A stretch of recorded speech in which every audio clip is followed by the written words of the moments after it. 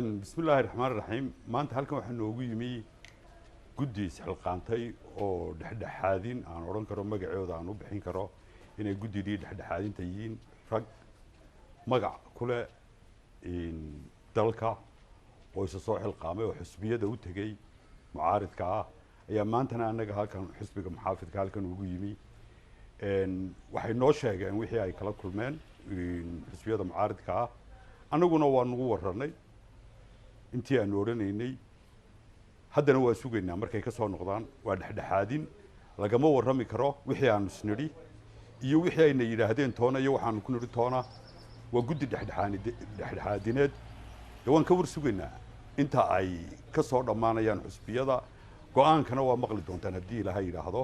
waxay nagu dhaxdhaxaadiyaan ama ay soo gooyaan dad xurmo badan kule oo aan ixtiraamayna bay ahaayeen aad iyo aadna waan u soo dhaweyn intaas way mudane gudoomiyaad baad mahadsan tahay in hadda guddida dhexdhexaadinta ee xisbiyadiina khilaafka arrinkiisa ka wada waxa la leeyahay dadkay wax ka socon lahayn waa xisbigiina iyo waliba dhanka xukuumadda oo ilaa hadda waxa la sheegayaa guddida in madaxweynahana ay u geli waayeen arrintuna dadkiina ay taagantay xataa kale arrinta la isku haya waxa weeyaan xukuumadda iyo isma hayaan iyo xisbiyadu iyo waa saddexda xisbi bay dhexdhexaadinayaan annaga horan nalamay kulmin guddidu